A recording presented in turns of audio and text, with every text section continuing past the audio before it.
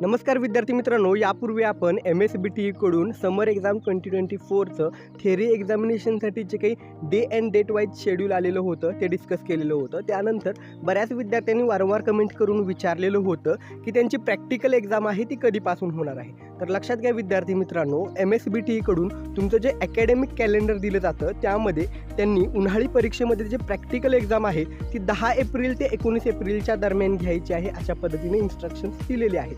तर लक्षात घ्या, बऱ्याच विद्यार्थ्यांना आता डाऊट आहे की ज्या काही लोकसभा निवडणुका होणार आहेत त्यामुळे प्रॅक्टिकल एक्झाम नेमक्या आहेत त्या डेटला होणार आहे की काही बदल होणार आहे. तर लक्षात घ्या विद्यार्थी मित्रांनो, तुमच्या जे काही उन्हाळी परीक्षा अर्थात समर एक्झामची जी काही प्रॅक्टिकल एक्झाम आहे ती 10 एप्रिल ते 19 एप्रिलच्याच दरम्यान होणार आहे. त्यामध्ये कुठल्याही पद्धतीचा बदल होणार नाही आहे. कारण लक्षात ठेवा, 10 एप्रिल ते 19 एप्रिलच्या दरम्यान कुठल्याही पद्धतीचं मतदान किंवा कुठल्याही पद्धतीचं त्यामध्ये महाराष्ट्रामध्ये कुठलीही प्रोसेस नाही इलेक्शनची, त्यामुळं या शेड्यूलवरती कुठलाही इफेक्ट होणार नाही. 10 ते 19 एप्रिलच्या दरम्यानच तुमची जी काही प्रॅक्टिकल एक्झाम आहे ती होणार आहे. फक्त आता या ठिकाणी जे सब्जेक्ट वाईज जे काही डिटेल शेड्यूल असणार आहे ते तुमच्या कॉलेजच्या नोटीस बोर्डवरती दाखवलं जाणार आहे.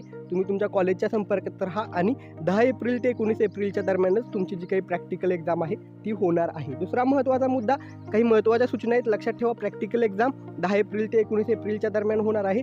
आणि लक्षात ठेवा, प्रॅक्टिकल एक्झामसाठी एक्झामिनर जे येतात ते एक्सटर्नल एक्झामिनर येत असतात. दुसरी महत्त्वाची गोष्ट, विद्यार्थ्यांनी त्यांचं जे काही मॅन्युअल आहे, जर्नल आहे ते वेळात सर्टिफाईड करून घ्यायचं आहे. तुमची जी प्रॅक्टिकल एक्झाम आहे त्याच्या अगोदर तुम्ही तुमचं जर्नल मॅन्युअल सर्टिफाईड करून घ्यायचं आहे. अदरवाईज तुम्हाला एक्झामसाठी प्रॅक्टिकल एक्झामसाठी अलाउ केलं जाणार नाही आहे.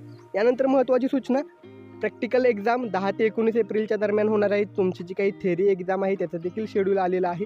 अवघा फक्त 1 महिना तुमच्या एक्झामसाठी राहिलेला आहे. त्यामुळं एक्झामच्या तयारीला लागा, स्टडी करा. जे काही प्रिव्हियस इयर क्वेश्चन पेपर आहे ते रेफर करा, स्टडी करा. तुमचं जे काही शेड्यूल आहे ते लक्षात घेऊन कुठल्या सब्जेक्टसाठी किती वेळ द्यायचा हे लक्षात घ्या आणि अभ्यासाला लागा. थोडासा वेळ राहिलेला आहे.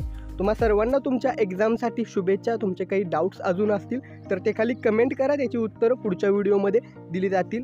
आणि तुम्हा सर्वांना एक्झामसाठी शुभेच्छा. हा व्हिडिओ तुमच्या सर्व विद्यार्थी मित्रांसह तुमच्या कॉलेजच्या ग्रुपवरती शेअर करा. काही डाऊट्स असतील खाली कमेंट करा, त्याची उत्तरं पुढील व्हिडिओमध्ये दिली जातील. धन्यवाद. थँक्यू.